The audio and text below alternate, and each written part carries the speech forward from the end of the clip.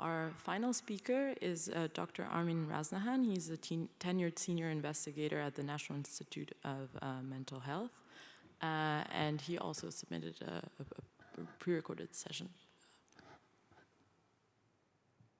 Hello, I'm Armin Raznahana from the National Institutes of Mental Health Intramural Research Program in the US.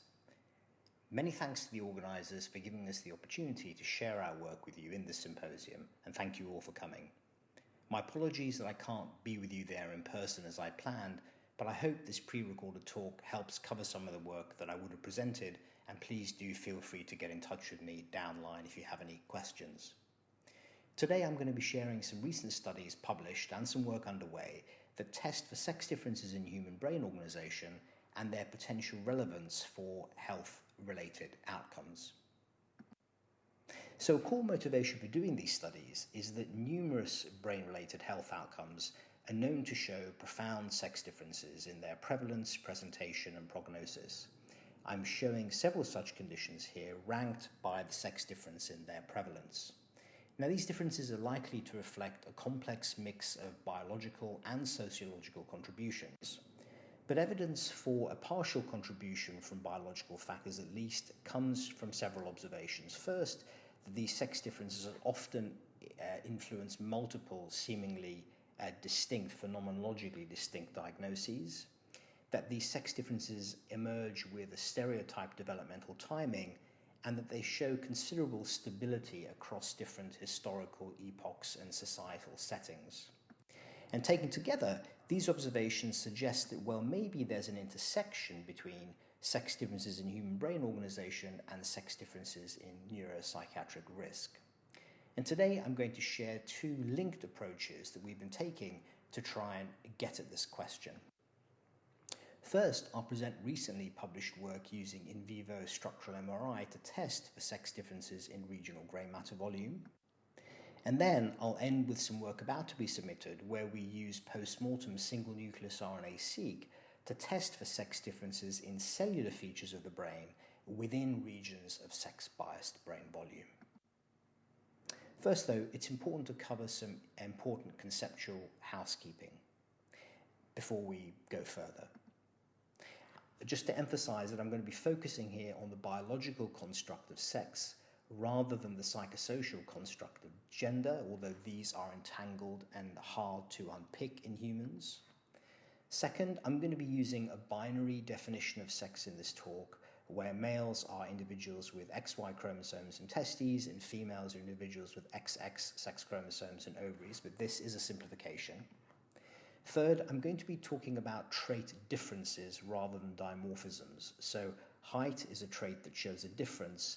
Anatomy of the external genitalia is a trait that is dimorphic.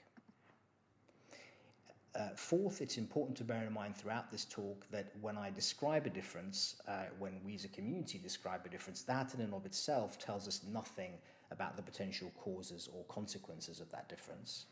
And finally, that difference does not imply inequality, of course. So with all that covered, let's get back to the data and ask ourselves, what has structural MRI told us about sex differences in human brain anatomy? Well, there remains huge controversy and debate about this question, with seemingly irreconcilable conclusions being voiced by reputable sources out there on the internets.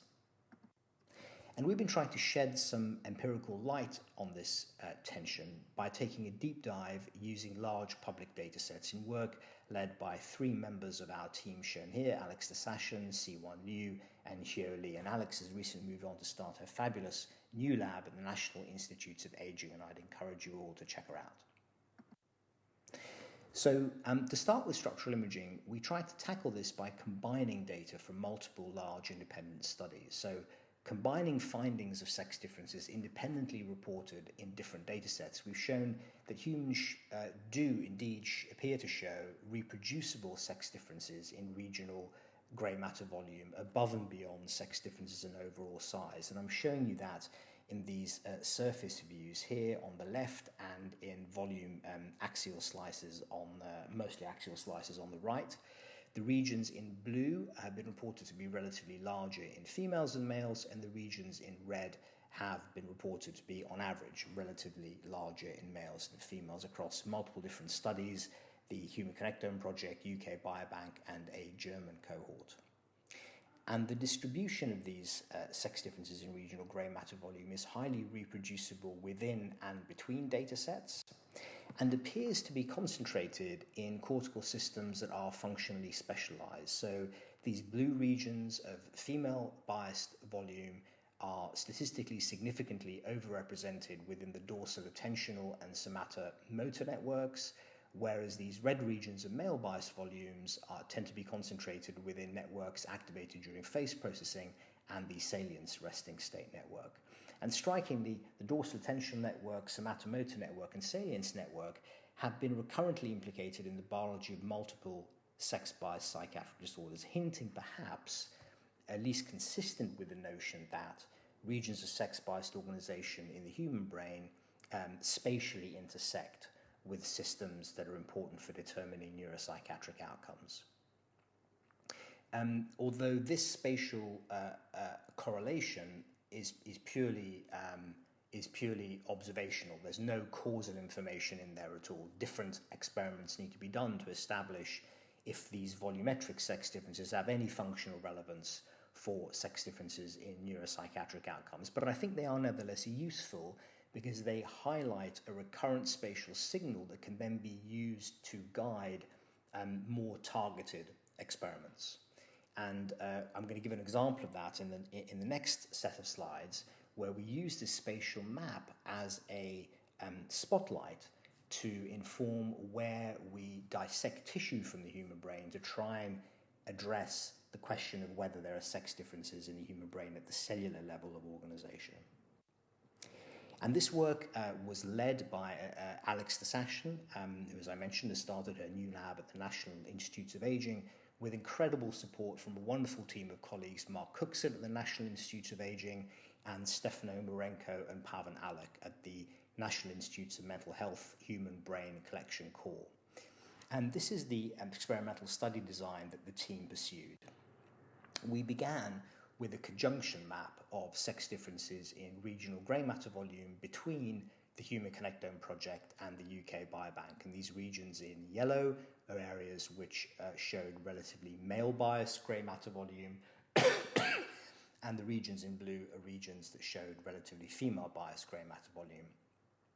We used this conjunction map to direct dissection of 6 brain regions for cellular analysis. 2 that were male-biased, 2 that were female-biased, and 2 that did not show any sex differences in grey matter volume. So the male-biased regions we selected were the fusiform and the lateral inferior temporal-occipital junction. The female-biased regions were the caudal insula and the intraparietal sulcus, and the sort of neutral controls that don't show recurrent sex bias in grey matter volume were the angular gyrus and the retrosplenial cortex. Pavan Alec dissected these 6 regions from 30 donors, 15 males and 15 females, leading to a total of 180 potential samples for single nucleus RNA-seq analysis. These samples were processed through the 10x Chromium platform, and single-cell measures of gene expression were passed through a downstream computational pipeline shown here to assign each of the 1 million observed cells into one of 19 different cell types. So we have 19 different cell types observed in each of 6 brain regions, leading to a total of 114 conditions, cell by brain region combinations, 140 conditions that can be characterized for sex differences in cellular composition and sex differences in gene expression resolved these 19 different cell types. Pardon me. We didn't observe any sex differences in cellular proportions across these samples, suggesting that sex differences in volume as detected by MRI may relate more to differences in cellular morphology than differences in cellular composition. But we did observe extensive sex differences in gene expression at the single cell level. The largest and most recurrent sex differences in gene expression across all 114 conditions involved those genes that reside on the sex chromosomes, which is to be expected and a sort of validating acid test, if you like, that when we compare gene expression between XX females and XY males, where there's a sort of constitutional difference in sex chromosome dosage, the largest differences in gene expression are those genes that differ in their dosage, the X and Y chromosome genes between males and females. Let me just orient you through this plot that conveys that. Each of these dots is a gene. The tan-colored genes are more highly expressed in males, and the blue-colored genes are more highly expressed in females. The further to the edges of the plot we are on the x-axis, the larger the average difference in gene expression across all 114 conditions, and the y-axis indicates the average statistical significance of that sex difference in expression, and the size of the dot indicates how recurrent the sex differences in expression is across the 114 observed conditions.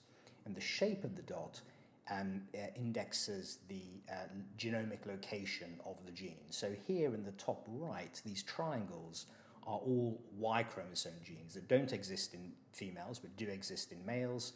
They show recurrent, obviously, male-biased expression across multiple cell types of a large magnitude and a high degree of statistical significance. On the other side of the plot, we see these two X-linked genes, EXIST and T6, and these two genes are involved in orchestrating X activation, which shuts down one of the X chromosomes in each female cell. So again, a kind of validating observation. And we can see that there are many other Y-linked genes and X-linked genes that show prominent sex differences in expression, as do the pseudo-autosomal region genes, but there are also a substantial number of circles, these are autosomal genes, that also show sex-biased expression. But focusing for a moment on these sex chromosome genes, by looking across all 114 observed conditions, we were able to identify sex chromosome genes that appear to show obligate sex differences in gene expression. That is, that the mean expression of these genes appeared to be significantly different between males and females in every single cell type, in every single brain region examined. And I think these really are important genes to detect because they're sort of the ground zero. They're the starting point from which differences in sex chromosome dosage can have an influence on downstream biological structure and function. We observed different sets of sex chromosome genes that appear to show cell type specific differences in sex differences in expression. So TBL1Y was male biased in layer 6 corticothalamic neurons, whereas ARSF was male biased in a particular subtype of inhibitory neuron. And again, this starts to kind of unpick the patterning of sex differences in gene expression at cellular resolution. Although sex chromosome genes showed the largest and most recurrent sex differences in gene expression, in absolute terms, the largest number of sex-biased genes were autosomal. Over 90% of sex-biased genes came from the autosomes, which don't differ in dosage between males and females. What I'm showing you here is for each of the 6 brain regions, and within each of these facets, for each of the 19 cell types, the total number of autosomal genes that were sex-biased, with blue parts of the bar being the female-biased genes and tan parts of the bar being the male-biased genes. And you can see here that there's a prominent boost in the number of sex-biased autosomal genes in the fusiform gyrus and in a particular cell type within the inferior lateral temporo-occipital junction. So we next turned our attention to understanding what these sex differences in autosomal gene expression could potentially tell us. So as a reminder, we have 19 cell types studied in each of 6 cortical regions, and that gave us 114 vectors of fold change in autosomal gene expression. So the matrix is genes in the rows and 114 columns, and the value in each cell is the fold change, the sex difference in gene expression in that autosomal gene. One can correlate estimate pairwise correlations between the columns of this vector. leading to a square 114 by 114 matrix.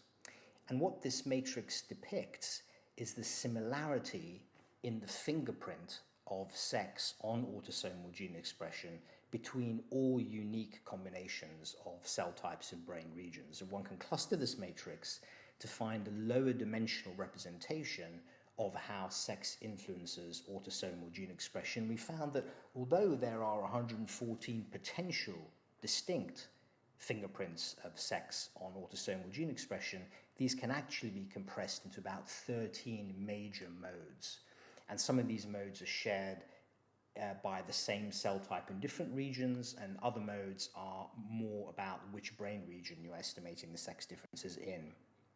And this is the content of each of those clusters, where we're describing the cell types and the regions that contribute to each cluster. And the sex-biased genes within these clusters were enriched in particular biological processes. And I'm giving some illustrative examples here. So the orange cluster 3, in that cluster, which largely had to do with sex differences in neurons and glia within the fusiform, the male bias genes in that cluster were involved in cellular respiration and the electron, misspelled there, sorry, the electron transport chain, the election transport chain. Whereas female biased genes in a multi-region oligodendrocyte cluster tended to be enriched in synaptic vesicle localization. This set up an opportunity for us to address that motivating question that I asked at the beginning: is there an intersection between sex differences in brain organization and the biology of sex-biased neuropsychiatric conditions? And a archetypal health outcome that shows is archetypal for the sex differences it shows is autism spectrum disorder, which shows a higher prevalence in males than females and a very different profile of a symptom presentation on average. So we asked, are sex-biased genes in any of these 13 clusters enriched for genes that have been implicated in the biology of autism spectrum disorder? And we found that indeed the genes that are sex-biased within multiple cell types in the fusiform gyrus were enriched for genes that have been implicated in the biology of autism by sequencing studies. And specifically, we found that AST risk genes enriched amongst those genes that are more lowly expressed in males than females within multiple neuronal and glial cell types within the fusiform gyrus. And that's striking to us because the fusiform gyrus, as many of you will know, I'm sure, has been strongly implicated in the biology of autism and is specialized for face processing, which is a behavioral domain that can be altered in its organization within individuals with autism. So to summarize what I've shown you, we've presented some work that shows that humans display reproducible sex differences in regional brain volume above and beyond sex differences in overall brain size. We don't yet know what causes these differences or what functional relevance they have, if any, but they did enable us to prioritize brain regions for cellular analysis, which revealed a complex pattern of sex differences in gene expression across regions and cell types, which partly intersected with genetic risk for ASD. And we're currently expanding our neuroimaging and genomic characterization of sex differences in the human brain, and also pursuing parallel studies in mice that give us a little bit more of a experimental kind of causal anchor. And finally, to end with the most important slide of all, which brings together the amazing people who did this work, who I feel blessed to work with every day. And I've highlighted in gray the people who are particularly involved in the work that I showed you in this presentation. So thank you very much for your attention, and hope you enjoy the rest of the session. Bye.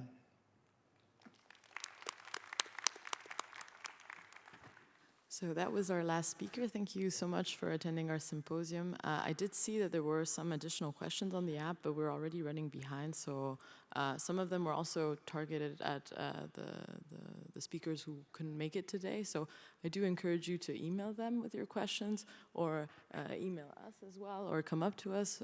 There was a nice question on nature versus nurture of sex differences, which is a complicated one. So yeah, I hope this fosters some more discussions with your colleagues. It's a really important topic, and yeah. Again, feel free to email us with any questions, and have a nice day.